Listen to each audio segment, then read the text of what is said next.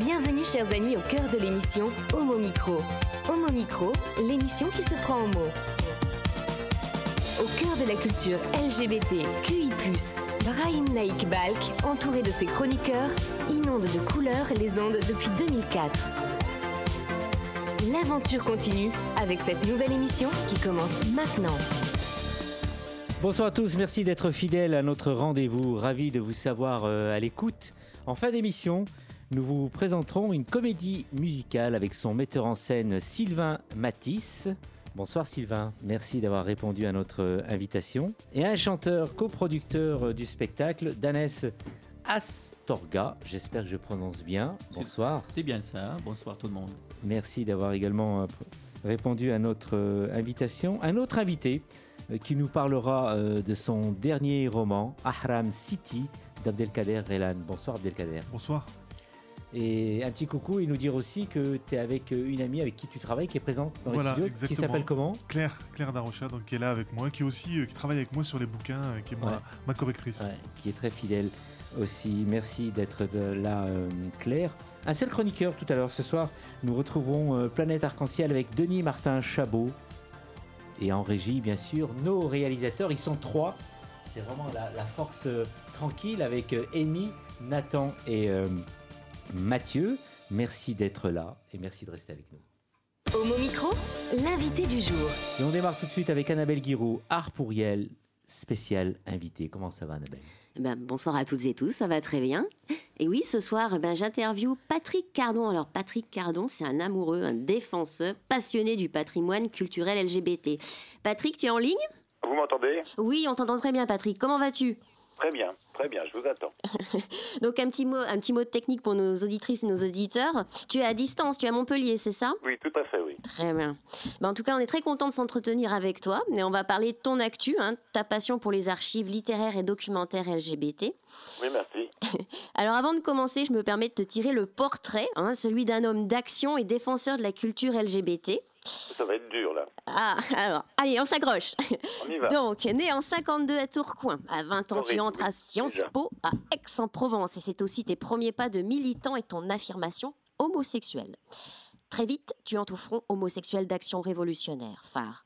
Participe à la création de Sexpol en 1974, un groupe de réflexion sur la sexualité et la politique. 76, tu rejoins le mouvement de libération homosexuelle et te présentes au municipal de 77 pour faire connaître l'association. Oh, une idée de génie, car ça a fait les choux gras de la presse de l'époque. 79, tu participes à la création de la mouvance folle lesbienne et inventes au passage le mot efféministe. Tiens, petite parenthèse, tu veux nous le définir ? Disons la défense des gens efféminés, voilà, c'est aussi bien hétérosexuel qu'homosexuel. Donc c'était déjà un peu transgenre à l'époque. Joli mot, par ailleurs. 1981, tu es candidat aux législatives et puis tu pars enseigner les lettres en Algérie, au Maroc, pendant 5 ans. De 91 à 2006, tu organises le festival du cinéma LGBT à Lille. Et surtout, là, le plus remarquable, je le garde pour la fin, depuis 89, tu crées et animes l'asso Gay Kitsch Camp, GKC, un centre de documentation et d'archives LGBT connu aussi pour son activité d'édition de textes anciens, de publication d'études et de fiction contemporaine avec la maison d'édition Question de genre, GKC. D'ailleurs, Gay Kitsch Camp sera au cœur de notre entretien. Cher Patrick, es-tu prêt ? Oui, c'était très bien vu tout ça. J'ai même oublié certaines choses. Comme quoi, ça sert de venir à Homo Micro. Allez, on y va. Dans cette émission, tu sais, Patrick, j'ai une marotte, c'est les genèses. Alors, dans ta bio, tu nous le démontres, tu es un homme dans le mouvement, passionné d'histoire. Quel a été l'événement déclencheur qui t'a fait créer Gay Kitsch Camp ? Et pourquoi ce nom anglo-germanique ? Alors, l'événement déclencheur, c'est un peu... C'est-à-dire qu'à chaque fois que je voulais faire des études, donc j'allais à l'université pour essayer de passer des concours, et puis à chaque fois j'étais attiré par la bibliographie homosexuelle. Je ne sais pas pourquoi, mais c'est comme ça, c'est ma passion. Et donc je vois une affiche à Lille sur une manifestation à Anvers, sur une affiche sur le kitsch et le camp, qui est deux notions esthétiques. Le kitsch, des vieilles choses qu'on aime bien, et le camp, l'humour gay, on va dire, ou un peu beaucoup de travestis aussi. Et je me suis dit que, en fait, toutes ces personnes se cachaient derrière l'esthétique, la culture, etc., et que ce serait bien d'une façon militante d'ajouter le mot gay, donc c'est devenu Gay Kitsch Camp. Bon, enfin, c'est même pas la peine de mettre du copyright, il n'y a personne qui prendra ce mot-là. Mais enfin, c'était tout un programme. Alors, Gay Kitschkamp, c'est aussi une partie du nom de ta maison d'édition, hein? Question de genre. C'est le nom de l'association. Et la maison Si d'édition on met question de genre /GKC, Voilà. c'est pour rappeler que c'est lié à l'association qui fait autre chose que de l'édition. Et quelquefois, pendant le 30e anniversaire, on a fait pas mal de projections de films LGBT à Montpellier. Et ta maison d'édition, tu peux nous expliquer comment elle fonctionne? Parce que souvent tu dis que c'est une maison d'édition militante mais pas commerciale. Bah oui, parce que j'ai toujours eu mauvaise conscience de faire payer des livres, mais en même temps, si on ne les fait pas payer, les gens considèrent que ça n'a pas de valeur, et en même temps, il y a bien une valeur travail, mais cette valeur travail, elle n'existe pas trop parce que ça fonctionne que sur des bénévolats. Donc après, il faut payer l'imprimeur, et puis on n'utilise que on n'emploie que comment dire, on publie surtout des auteurs qui sont morts depuis plus de 70 ans, donc il n'y a pas de rémunération d'auteur. Or, les pauvres universitaires qui sont bien contents malgré tout de participer à la maison d'édition, mais qui ne sont pas payés malheureusement, c'est pour ça que je dis pauvres. Comment tu fonctionnes financièrement? Est-ce que tu fais des cagnottes, tu demandes des subventions? Un peu de tout, c'est-à-dire que à Montpellier, je suis assez content parce qu'à Lille, on n'avait pas de subvention de livres. Alors à Montpellier, ça a été un peu difficile parce qu'en fait, ils ne finançaient pas des rééditions, mais on a défendu le fait que c'était des rééditions scientifiques avec des annotations et une préface pour remettre en valeur des vieux textes qui ne sont pas forcément toujours compréhensibles pour les gens d'aujourd'hui. Et donc, le conseil régional nous paye à peu près entre le tiers et la moitié de l'imprimeur, par exemple. Je ne suis pas très ambitieux, je pourrais peut-être demander autre chose, mais pour l'édition qu'on va faire de Academos, par exemple, on a une fondation suisse, la fondation Fier et le conseil régional qui se mettent ensemble pour financer un énorme projet dont on parlera plus tard. Nous reviendrons sur Academos en fin d'interview.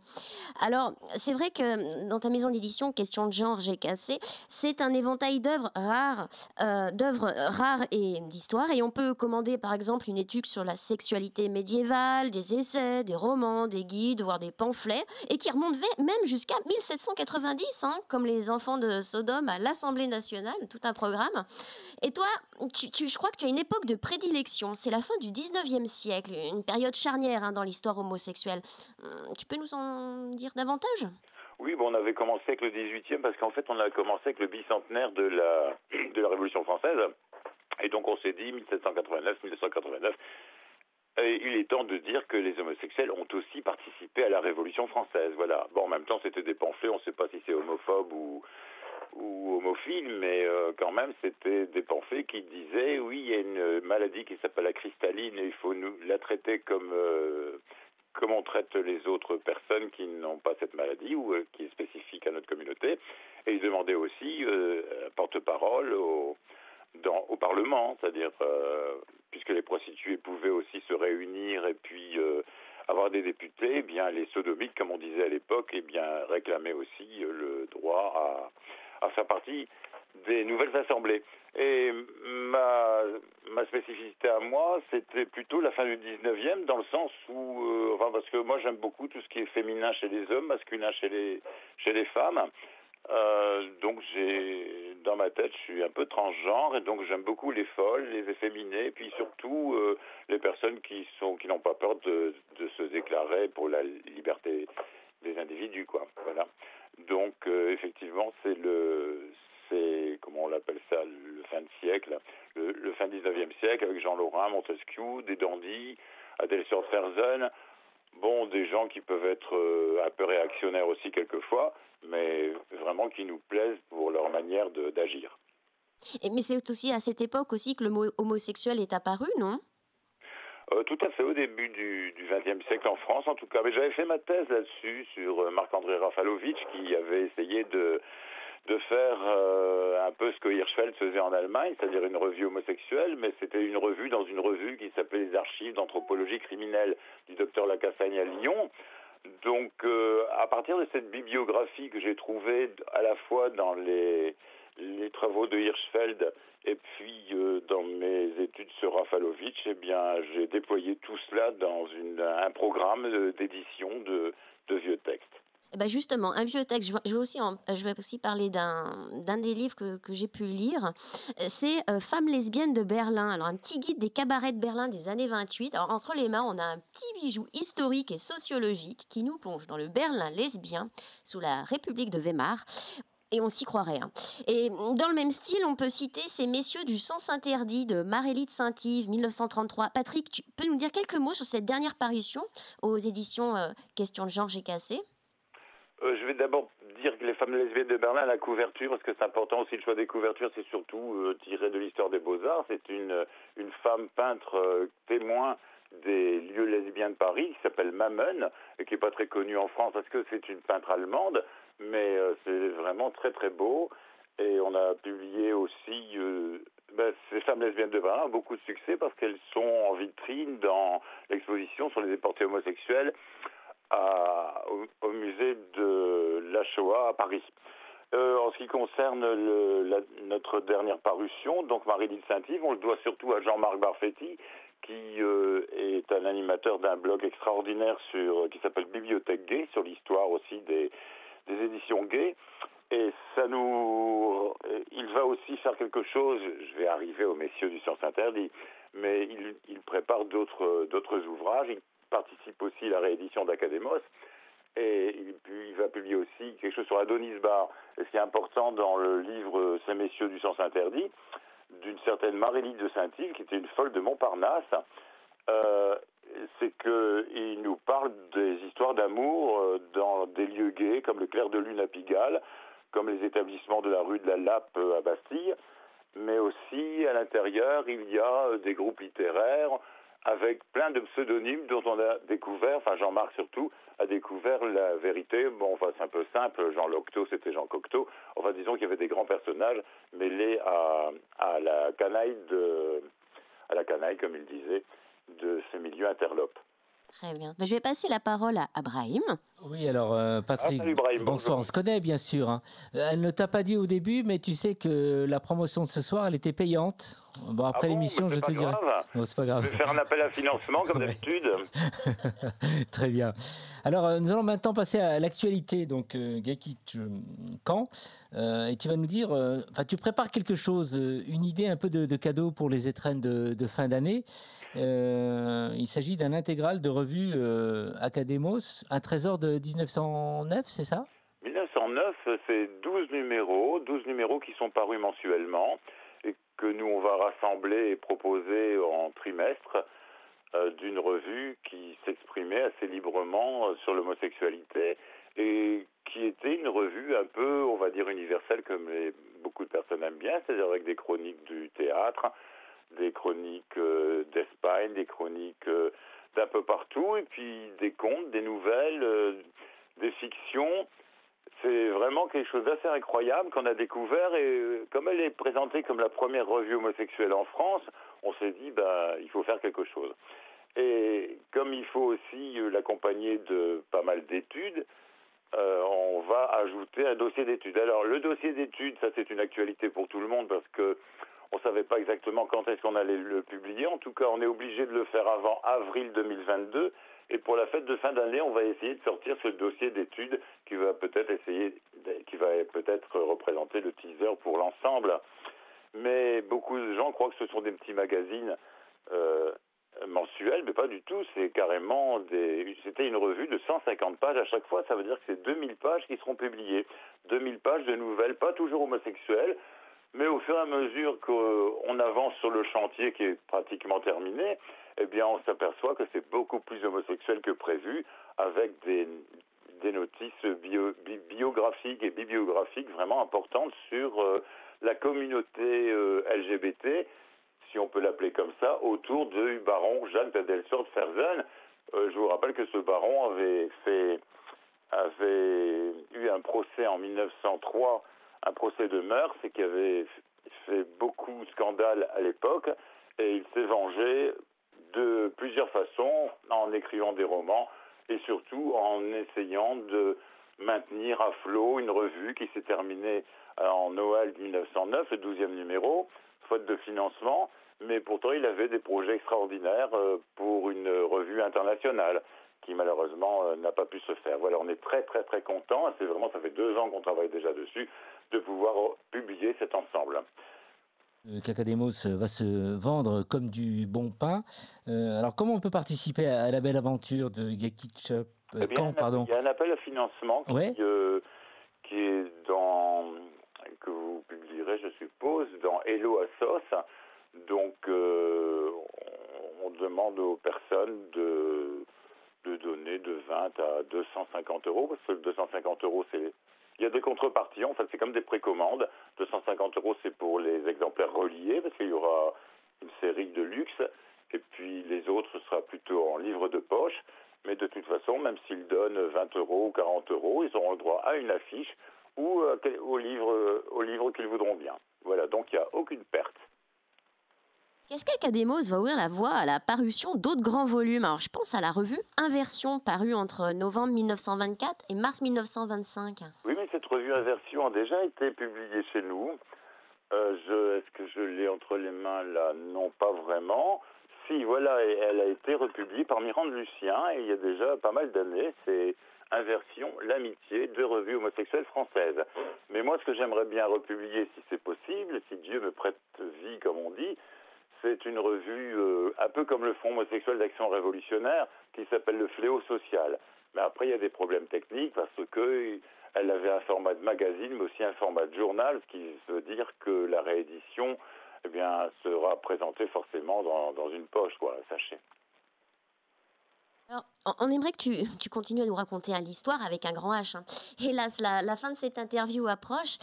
Alors, pour se consoler, tu as peut-être de prochaines dates de conférences, rencontres littéraires à nous communiquer?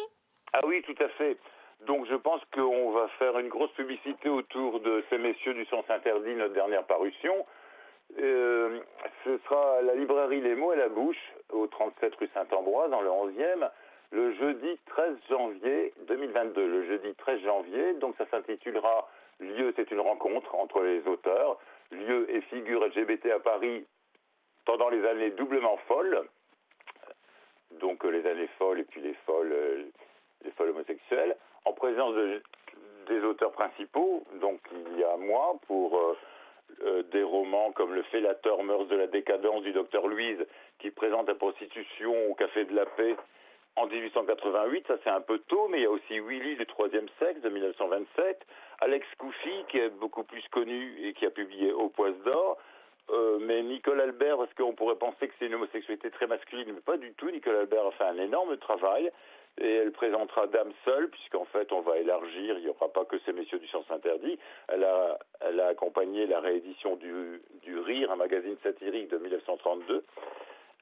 Et Because the Roll étant aux épigrammes de Sidney la lesbienne. Jean-Marc Barfetti présentera donc son dernier livre, Marie-Lise Saint-Yves, ces messieurs du Sens Interdit, mais il avait aussi publié récemment un livre d'un typographe qui s'appelait Guy Lévis-Manot, qui sont des poèmes qui s'appellent Les Éphèbes, et qui sont parus en 1924. Il présentera aussi, et puis on présentera nos projets aussi, comme Les Fréquentations de Maurice, qui est un roman très wildien, qui fait partie de la revue Académos, où ça a été publié mensuellement, et qu'on va republier en volume, et qui sera dirigé par Jacques Dupont, quelqu'un qui a travaillé pour le dictionnaire Colette. Très bien, merci Patrick pour cet énoncé du programme. Donc rendez-vous. Beaucoup de références, je suis désolé. Non, mais voilà, comme ça les auditrices et les auditeurs savent à quoi s'attendre. Rendez-vous le 13 janvier 2022 au Mot à la Bouche, voilà, à Paris. À 19h. Voilà. Merci. 19h30. Merci Patrick, tu reviens quand tu veux pour nous parler de tes nouvelles actus. Merci bien. Vous écoutez Homo Micro, une émission de et avec Brahim Naik Balk. Nous allons passer à la musique née en 17 à l'Edenstadt de Jean-Jacques Goldman.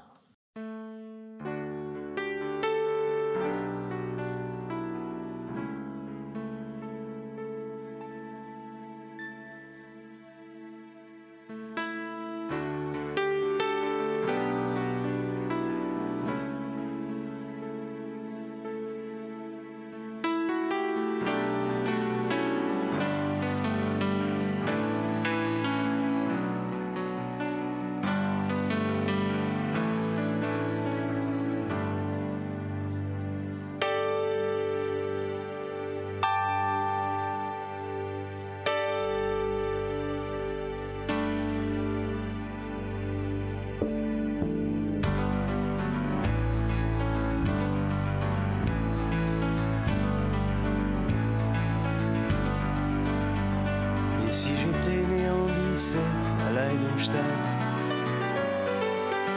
sur les ruines d'un champ de bataille. Aurais-je été meilleur ou pire que ces gens si j'avais été allemand? Bercé d'humiliation, de haine, d'ignorance, nourri de rêves de revanche. Aurais-je été de ces improbables consciences, larmes au milieu d'un torrent? Si j'avais grandi dans les Docklands de Belfast, soldat d'une foi, d'une caste, aurais-je eu la force envers et contre les miens de trahir tendu une main? Si j'étais né blanche et riche à Johannesburg, entre le pouvoir et la peur,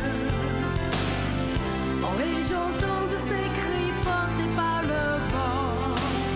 Rien ne sera comme avant.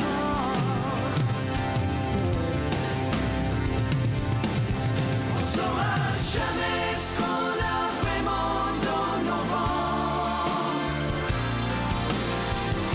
caché derrière nos apparences.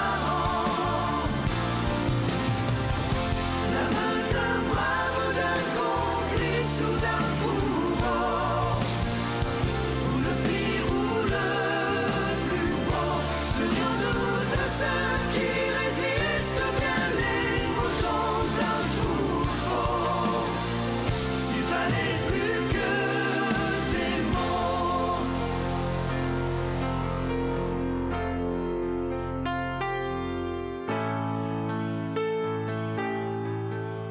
Et si j'étais né en 17 à Leidenstadt, sur les ruines d'un champ de bataille, aurais-je été meilleur ou pire que ces gens si j'avais été allemand?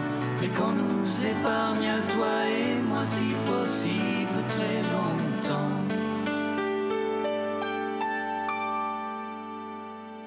D'avoir à choisir un camp.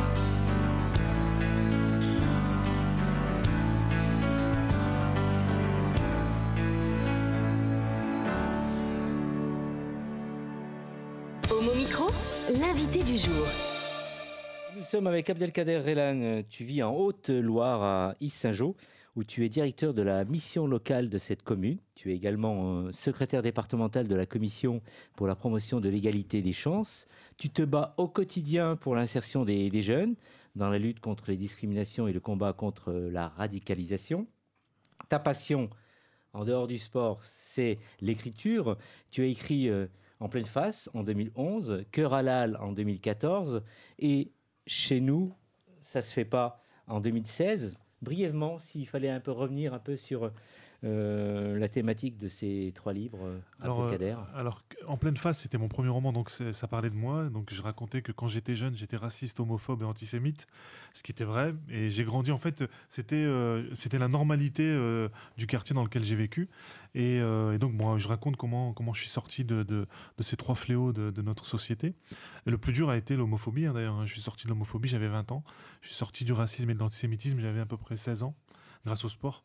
Dans Cœur halal, j'étais venu d'ailleurs. Oui, on t'avait reçu il y a quelques années. J'étais venu parler, donc c'est l'histoire d'un raciste, un facho pur et dur, homophobe, antisémite, et qui tombe gravement malade et qui doit se faire greffer un cœur. Et manque de bol pour lui, il se fait greffer le cœur d'un maghrébin, qui plus est homosexuel. Et donc c'est la triple peine pour ce vieux raciste. Et l'idée, c'est ils vont devoir. En fait, il va voir le lendemain de son opération le fantôme de celui qui lui a donné son cœur. Donc Farid, donc il lui a donné son cœur, est dégoûté, et Hubert, lui aussi est dégoûté parce que il a le cœur d'un maghrébin homosexuel et il lui a donné et donc voilà pour Cœur halal. Et enfin Chez nous ça se fait pas, c'est l'histoire de Malika, Donc une femme qui est issue d'une famille d'origine maghrébine, musulmane, et donc elle s'est émancipée, elle s'est mariée avec un Français sur plusieurs générations. Elle a des enfants qui ont des prénoms traditionnellement français, elle boit de l'alcool, elle mange du porc, enfin bref, elle a complètement rompu avec sa tradition religieuse, culturelle, et sa maman est gravement malade, et à l'aube de la mort, elle veut revoir sa fille.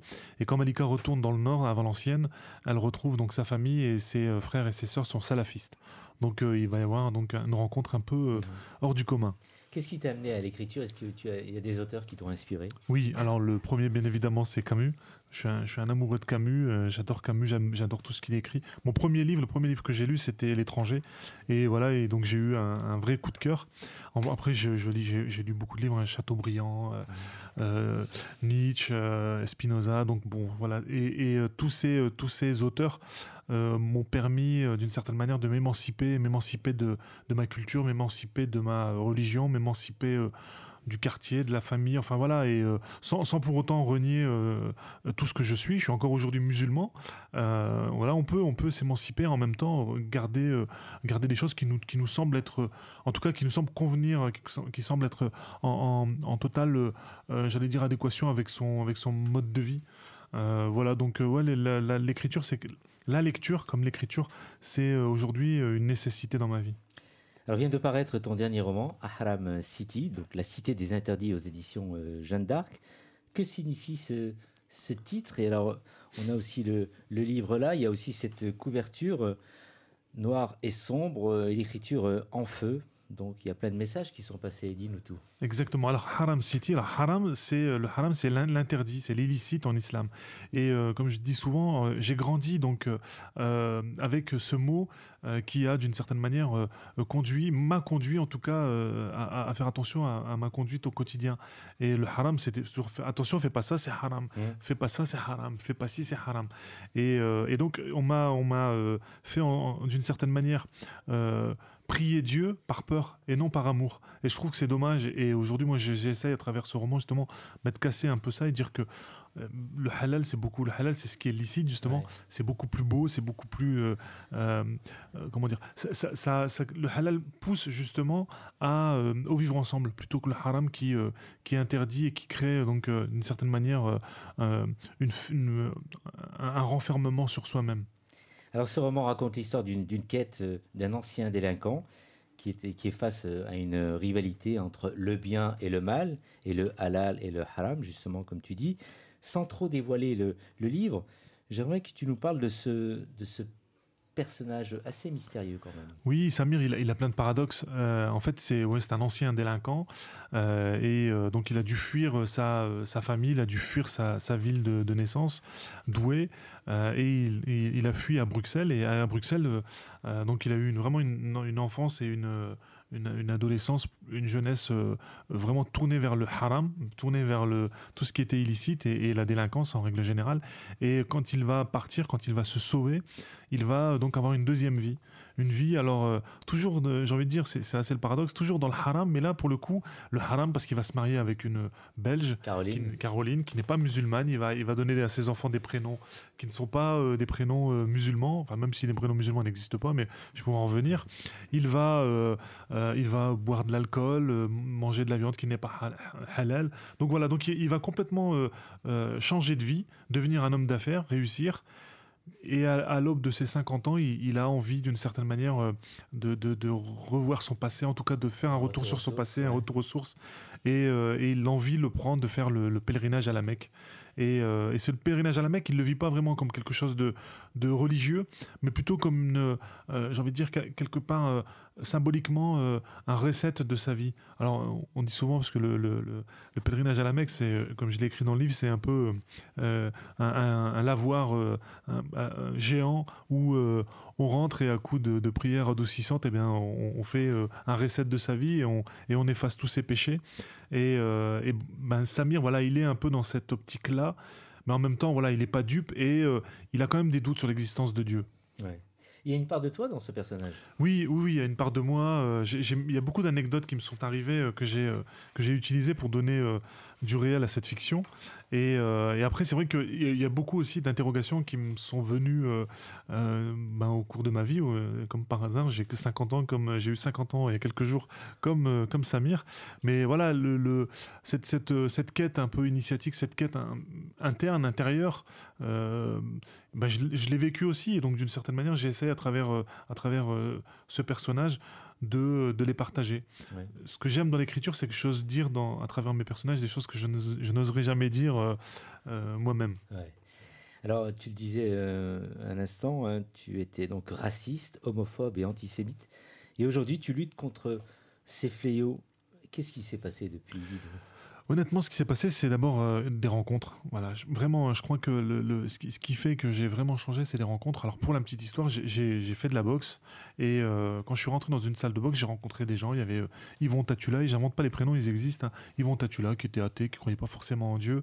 Il y avait Cecilio Ramirez, qui lui, chaque fois se signait avant d'aller sur le ring. Et puis, il y avait aussi Yoni, donc un juif qui boxait aussi. Et donc, en fait, dans cette salle, on était devenus des frères d'armes. Et tout ce qui gravitait autour de la religion, on s'en foutait complètement. Et quand Yoni ou quand Cecilio boxait, quand il boxait même quelqu'un qui était musulman, j'en avais rien à faire du musulman. Ce qui m'intéressait, c'était mon frère d'armes. Et je voulais que le juif gagne au détriment du musulman. Et en fait, ce qui était important, c'est la rencontre. J'avais en face de moi des vraies personnes. Voilà. Ouais. Et tout de suite, ça change la face de sa manière de voir les choses, l'endoctrinement dans lequel j'ai pu grandir, n'avait plus cours, parce que la réalité qui s'impose à nous quand on fait une rencontre, nous fait changer. Et l'homophobie, j'y suis arrivé, la sortie de l'homophobie, j'y suis arrivé beaucoup plus tard, en rencontrant des personnages, des personnes qui n'étaient pas forcément homosexuelles ou l'étaient, et qui m'ont justement fait comprendre que j'étais dans l'erreur. Et je me rappellerai toujours, j'avais une amie qui était homosexuelle qui me disait, elle était très amie, on était très amis, donc après j'avais réussi à passer ce sentiment que j'avais de rejet vis-à-vis des homosexuels. Et un jour, je me rappellerai toujours, et ça m'a marqué, je lui avais dit, mais tu sais, t'es homosexuel, c'est pas mon problème. Je lui ai dit, moi, tu fais comme tu veux, c'est pas mon problème. Et elle m'a dit, mais tu vois, le fait que tu dises, c'est pas mon problème, pour moi, c'est un problème. Et elle m'a, d'une certaine manière, elle a fait mon éducation à la lutte contre l'homophobie et aussi à l'apprentissage de comprendre que être homosexuel, c'est naturel, c'est normal. Et aujourd'hui, j'essaie de transmettre du mieux possible cette parole. Je pensais que tu allais dire l'homophobie, c'est quelque chose maintenant pour moi que j'accepte parce que j'ai eu une aventure avec un homme, mais non. Non, pas encore. Peut-être que ça m'arrivera un jour. Je suis pas fermé parce que je suis pas du tout. En fait, je pars d'un principe, c'est que je me dis, on ne sait jamais de quoi l'avenir sera fait. Et moi aujourd'hui, je me refuse en tout cas à me dire, en tout cas à me mettre des barrières dans quelques sujets que ce soit. Dans ton ouvrage, tu évoques aussi donc à la fois une certaine violence qui domine les quartiers sensibles, et en même temps tu dédramatises la vie des quartiers et tu mets en avant cette notion de partage dans les quartiers, cette notion aussi de solidarité. Est-ce que tu peux nous en dire un peu plus ? Oui, en fait, c'est vrai que dans les quartiers, comme dans en milieu rural, comme partout, j'ai envie de dire, hein, il y a des choses bien et puis il y a des choses moins bien. Il y a des gens bien, il y a des gens moins bien, puis il y a des crapules. Et je crois que c'est vraiment il faut partir de ce principe. Il y a plein de belles choses qui se passent dans les quartiers dits populaires ou sensibles. Moi, j'ai vécu des choses magnifiques dans le quartier dans lequel j'ai vécu. Et en même temps, j'ai vécu des choses aussi horribles. J'ai fait des choses horribles. J'ai racketté, tout ce que on ne doit pas faire justement. Mais ce qui est intéressant, c'est qu'il y a quand même beaucoup d'humanité dans ces quartiers. Il y a beaucoup d'échanges, il y a beaucoup de diversité. Et moi, je trouve que la diversité, c'est vraiment quelque chose de merveilleux, quoi. Et si j'avais eu de la diversité dans le quartier dans lequel j'ai vécu, si on avait eu la possibilité d'avoir des couples, alors à l'époque, c'était pas en 80, c'était un peu compliqué, mais aujourd'hui, je veux dire, grandir dans un quartier où on a un couple homosexuel avec des enfants, des personnes issues des immigrations, de toutes les immigrations et qui cohabitent là comme ça tous ensemble. Moi je trouve que c'est vraiment une richesse incroyable pour notre pays parce que justement on s'enrichit de l'autre. Et même si ça a l'air utopique ce que je dis, même si ça fait un peu Patrick Sébastien, mais sans condescendance, mais je trouve franchement ça manque. Et moi je suis plein de bienveillance et je trouve que voilà, si d'aventure on pouvait plus se mélanger, plus rencontrer l'autre, celui qui ne nous ressemble pas, et ben on grandirait et notre société serait beaucoup plus belle. Alors, ton livre s'adresse à qui? Est-ce que tu arrives à capter un peu l'attention? On a parlé des jeunes justement. Est-ce que les jeunes te lisent, Abdelkader? Alors là où je suis vraiment agréablement surpris, c'est que bon, il y a beaucoup de jeunes qui lisent mes romans parce que d'abord ils sont faciles à lire. Voilà, c'est pas de la très grande littérature, mais c'est de la littérature quand même. Et donc ça les touche, ça leur parle parce que mes personnages leur ressemblent. Le contexte dans lequel j'ai fait évoluer mes personnages ressemble aux cités, aux quartiers où vivent les jeunes. Donc d'une certaine manière, ils ont aussi des héros vers qui ils peuvent j'ai envie de dire, se représenter en tout cas. Et je trouve que ça, c'est la force aussi de mes romans. Puis, par exemple, En pleine face est utilisé dans 18 lycées et collèges en France. Donc c'est une vraie richesse pour moi parce que d'une certaine manière, ça veut dire que mes paroles, mes mots permettent à des enfants peut-être de s'émanciper, parce que c'est ça que je recherche surtout, notamment par rapport à la religion. Dire, voilà, émancipez-vous. Si vous voulez être religieux, oui, devenez religieux, soyez-le, il n'y a pas de souci. Mais par contre, apprenez. Ne soyez pas religieux juste par hérédité ou parce que on vous a incité fortement à le devenir. Quand on est religieux, quand on choisit Dieu, il faut le faire avec un apprentissage et pas le faire comme ça par hérédité, parce que souvent c'est par hérédité malheureusement.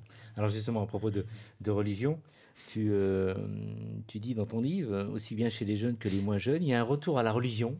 Comment tu l'expliques ça? Je crois qu'à un moment donné, la religion, ça permet aussi un cadre. Voilà. Parfois, la religion, c'est dire ça c'est interdit, ça c'est permis. Et donc c'est un peu comme l'armée. Il y a beaucoup de jeunes qui vont vers l'armée parce que ça met un cadre. Et la religion met un cadre. Et il y a beaucoup de personnes qui aujourd'hui se retrouvent dans cette manière de vivre.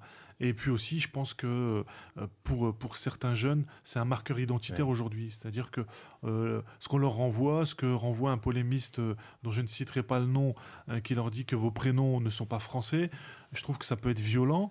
Et quelque part, d'une certaine manière, la réponse, ça peut être peut-être... Vous savez, souvent je dis que le rejet crée naturellement le repli. Et repli communautaire, repli identitaire, le repli religieux qu'on peut avoir, le repli religieux qu'on peut avoir pour certains jeunes, on peut l'avoir avec des jeunes qui choisissent le repli identitaire. Petit tour de table, Annabelle. Tu es bienveillant, tu transpires la bienveillance. Merci. Et ouais, c'est chouette là, tout ce que tu peux écrire, ça que des messages de bienveillance, et j'espère que dans les banlieues, ce livre est est très répandu et que le message est largement diffusé. C'est génial tout ce que tu nous transmets là. C'est fabuleux. Merci. Moi, je vais dire un truc. Je suis pas persuadé, malheureusement, que la place à laquelle je souhaiterais qu'on te porte puisse te permettre de réaliser ce magnifique message que tu nous donnes. Mais moi, j'ai envie de dire Abdelkader président. Merci. Très bien. J'allais dire, pendant que on a reconnu le personnage que tu évoquais, donc on va pas dire son nom bien sûr là, mais il y a Macron qui est en train de faire ses équipes. Hein. Il recherche un peu des civils, donc ça se trouve que dans quelques jours tu vas avoir un appel de... Honnêtement, j'ai côtoyé longtemps un politique important français et jamais je m'engagerai en politique, non pas parce que d'abord j'ai pas la fibre, je pense, et puis surtout il y a quelque chose qui est important pour moi, c'est ma liberté ma liberté d'expression, c'est-à-dire que si j'ai envie de dire ce que je veux, je peux le dire, et que ça plaise ou ça plaise pas, mais en tout cas personne ne viendra, ni un politique ni qui que ce soit ne viendra m'empêcher de distribuer mes messages. Bien. Alors, cet ouvrage, on peut le trouver où ? Partout. Alors là, vraiment, en ce moment, il y a une rupture de stock sur les réseaux, en ligne. Mais bon, ça va vite arriver. Il y a eu beaucoup de commandes ces derniers temps. Mais on le trouve partout. Alors moi, j'invite vraiment à aller dans les librairies parce qu'il faut faire travailler, il faut aider nos librairies. Merci d'avoir répondu à cette invitation. Et bien sûr, tu parlais de Claire tout à l'heure qui t'assistait et qui t'accompagne dans tes Oui, projets d'ailleurs, d'écriture. là on travaille sur le prochain roman et oui, parce que c'est un peu mon correcteur, d'abord ma correctrice plutôt, et puis surtout aussi, elle rectifie, elle regarde si le texte est cohérent, elle fait des modifications, donc voilà, elle travaille énormément avec moi sur mes romans, Ouais. depuis le premier. Ahram City, la cité des interdits aux éditions Jeanne d'Arc. Merci Abdelkader, tu restes bien sûr avec nous jusqu'au bout. Homo Micro, le cercle des chroniqueurs. Bonsoir Brahim. Le grand public l'a connue à Star Academy, que nous écrivons IE au Québec. Elle a été finaliste et ça fait plus de 15 ans. Elle a certes chanté, mais plutôt comme interprète, mais on l'a surtout vue et connue comme DJ. Elle a mené sa carrière de DJ partout autour du monde. En fait, Sandy Duberval avait besoin de ce temps pour comprendre et absorber l'expérience unique qu'elle venait de vivre, elle, la jeune chanteuse gospel qui venait tout juste de sortir du placard. Puis dans le temps que j'ai fait Star Academy, j'étais encore dans le placard. Puis mon ancien patron, parce que j'ai été cuisinière au Café Européen dans le temps. Puis mon ancien patron m'avait fait sortir du placard à la production. Puis moi, tu sais, on s'entend, j'étais encore chanteuse gospel, j'étais encore, ça m'est rentré dedans. Puis en même temps, ça m'a fait voir la réalité aussi pour les personnes de minorités, non seulement ethniques, mais des diversités sexuelles et de genre, parce qu'à partir de ce moment-là, tout a changé. Depuis, Sandy Duberval ne s'était plus permis de faire paraître de la musique en tant qu'autrice, compositrice et interprète. C'était jusqu'à tout récemment. Et avec le EP Ad Vitam, dont le premier simple s'appelle O, l'artiste se dévoile. En fait, cette chanson-là, elle a été écrite il y a très longtemps, quand j'étais encore dans le placard. Et c'était un peu ma chanson où ce que j'exprime un peu mon fantasme envers quelqu'un d'autre. Puis, tu sais, dans le temps, c'est comme si j'osais pas, mais dans ma tête, dans mon cœur, c'est exactement ce que j'avais envie d'écrire. Tu sais, c'est qu'est-ce que je ressens par rapport à une femme qui m'attire. Puis, je savais pas trop comment m'y prendre dans le réel, mais la musique me permet de rêver. Puis, ça m'a aussi ouvert une porte de sortie pour sortir du placard, au fond. Donc, c'est vraiment j'exprime mon attirance envers une autre femme. Femme lesbienne, femme noire, femme. Sandy Duberval, qui est aussi ambassadrice de Fierté Montréal, lance un grand cri du cœur sur l'amour entre deux femmes, et la vidéo qui accompagne la chanson O l'exprime brillamment. Brahim.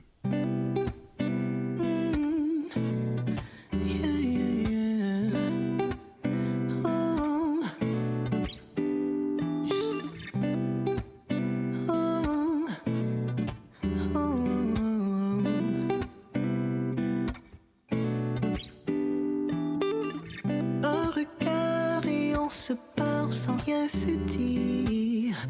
Je ne sais quoi que je ne saurais vraiment décrire. Une première fois qui ne demande qu'à se reproduire. Ce qui suivra, je me meurs de le découvrir.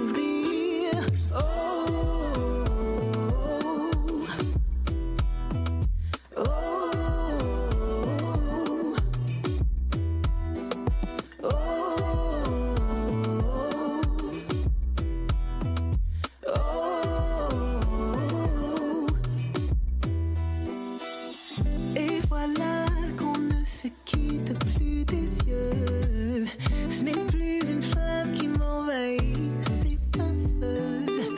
Ton énergie me fait perdre le contrôle. Je vois la vie en rose sans même que tu me frôles.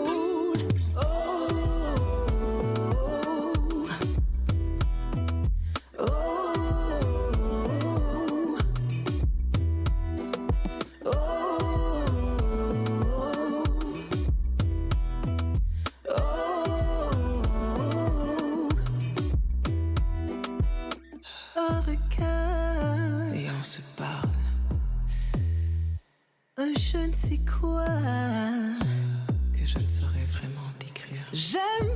je ressens, je peux plus faire semblant. Mais là tu vois, les mots me manquent.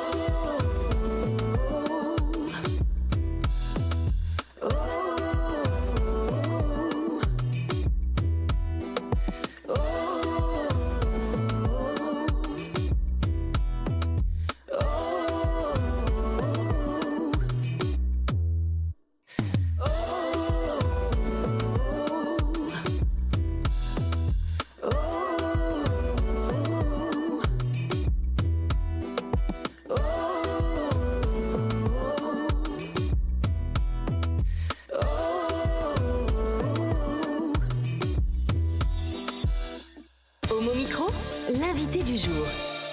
Et nous sommes avec deux invités en terminant cette riche émission avec Danès Astroga et Sylvain Matisse pour nous parler, présenter la comédie musicale qui se produit depuis le 9 novembre dernier jusqu'au 19 novembre à l'Auguste Théâtre Paris 11e. Mais avant d'en parler, j'aimerais que vous nous parliez de votre parcours. Il y a de quoi dire. Alors, qui commence ? Sylvain, le metteur en scène. Allez, c'est parti. Metteur en scène, oui, depuis peu, je tiens à le préciser quand même. Ouais. À la base, je suis chanteur, danseur, comédien de comédie musicale, après mes études au Conservatoire supérieur de Paris. Voilà, donc pas mal de spectacles musicaux, on va dire. À Paris, en tournée, en Belgique, où j'ai commencé ma carrière avec Denis. Justement, on s'est rencontrés sur un spectacle Tintin et le Temple du Soleil, qui était un spectacle magnifique à Charleroi. Voilà, en 2003, donc ça fait quelques années qu'on se connaît. Et la mise en scène, depuis peu, on va dire, dans la mesure où je donne des cours de comédie musicale dans une école professionnelle à Paris, API Les Inclassables. On m'a ensuite appelé finalement, parce que c'est finalement ce que je fais en cours avec mes élèves, le fait de monter des tableaux et des numéros, chanter, danser, jouer.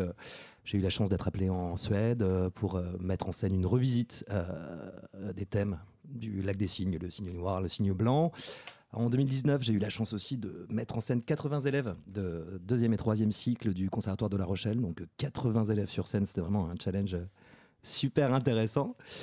Et puis également aussi, j'ai mis en scène un groupe que je vous conseille aussi d'écouter, qui s'appelle Jive Me, qui est un groupe d'électro-swing français. J'ai mis en scène leur dernière tournée en 2020. Et voilà, et là donc Dennis et Charlie, qui sont donc les deux chanteurs et chanteuses du spectacle, ont fait appel à moi ainsi qu'à Cathy Arondel, la chorégraphe, pour mettre en scène leur spectacle.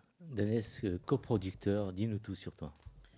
Oui, alors quant à moi, j'ai un parcours atypique, parce que j'ai une formation d'infirmier aux Philippines. Ouais. Et juste un pari entre amis, il y a un casting pour un comédie musicale en Europe, allez, on y va.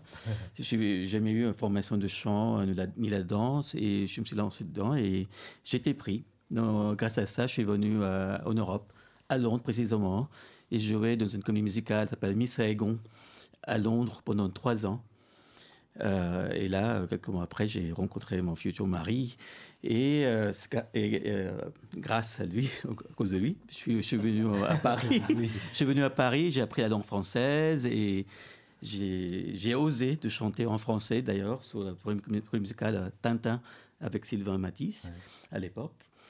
Mais en étant asiatique petit, avec un petit accent, pendant le casting, j'étais intermittent au spectacle pendant 5 ans, il y a un blocage. Oui.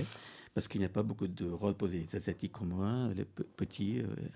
Et du coup, je travaille chez Air France comme agent commercial, vente. Mais je continue le chant et je continue la scène. Et en ce moment, se produit sur scène au L'Auguste Théâtre. Alors que peut-on voir exactement dans cette comédie musicale? Parlez-nous aussi des artistes qui vous accompagnent et qui font partie de la troupe, Sylvain.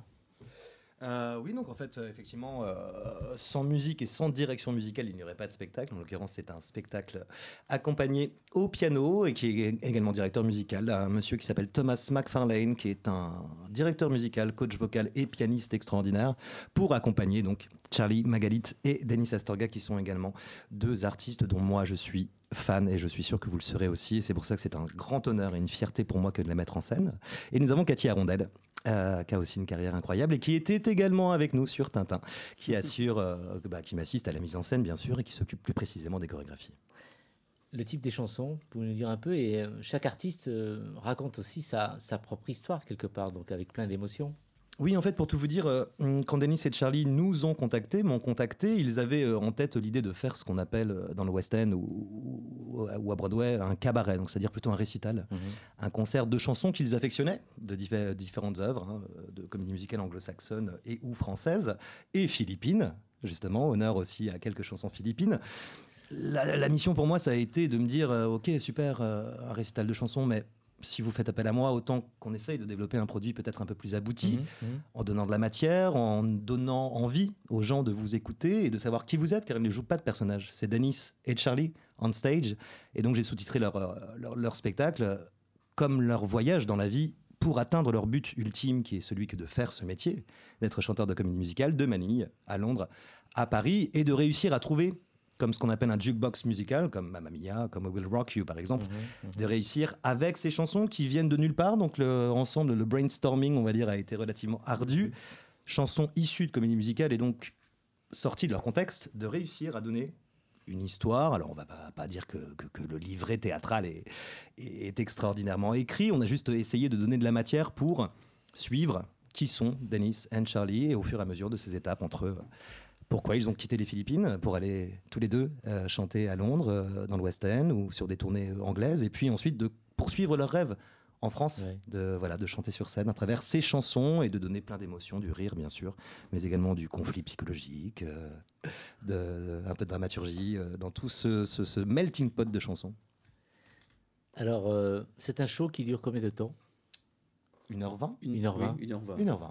Alors, ta vie, Denis, justement, tu avais aussi une anecdote à nous raconter.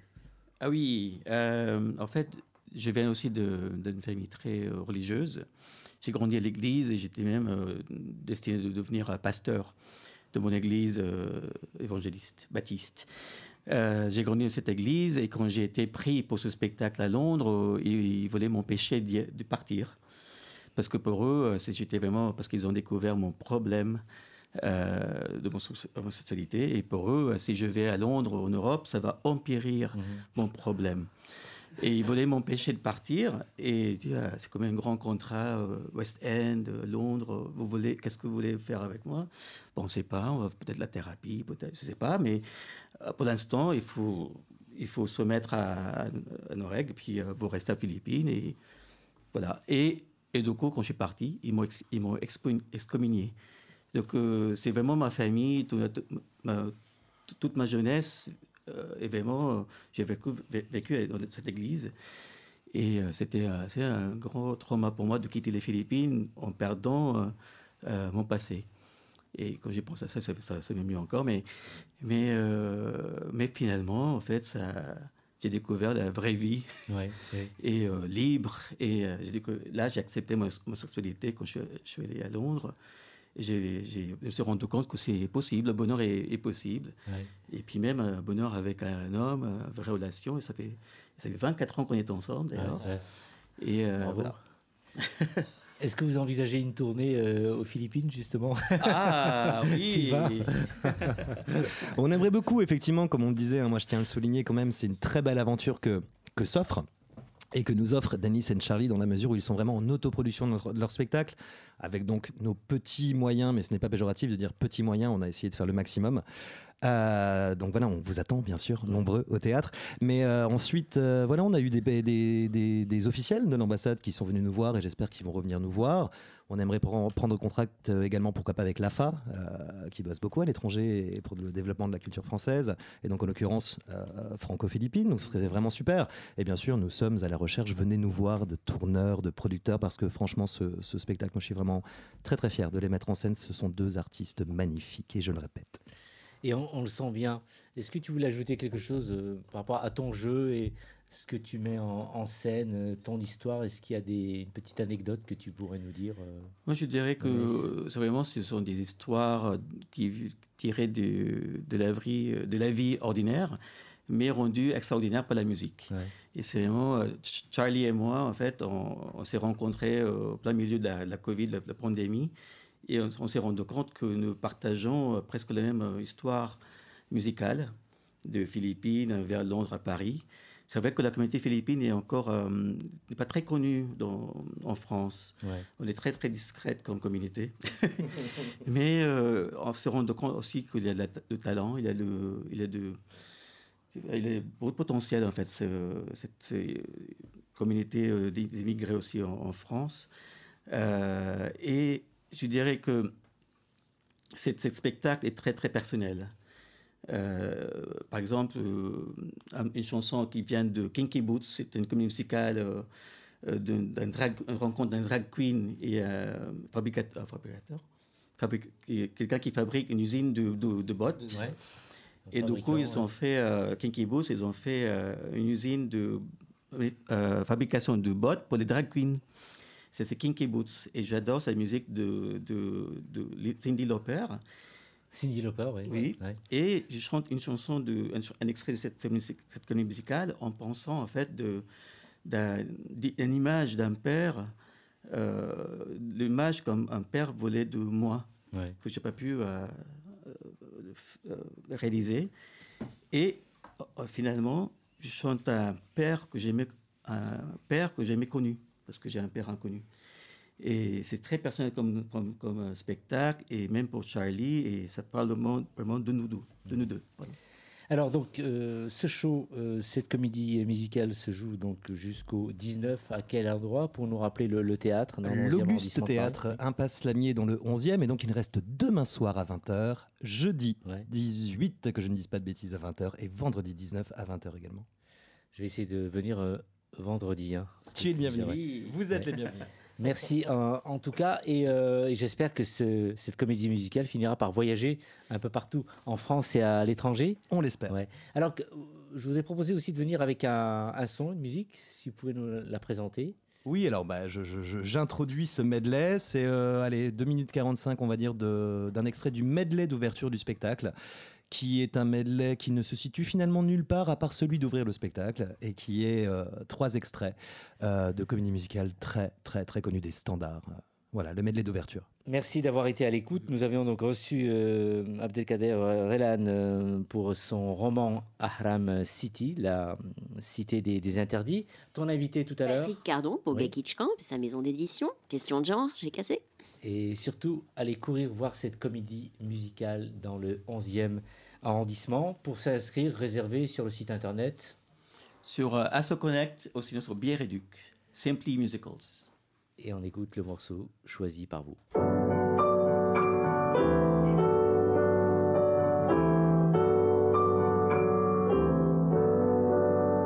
Starting here, starting now, when we walk, we'll walk together year by year. Starting here, starting now.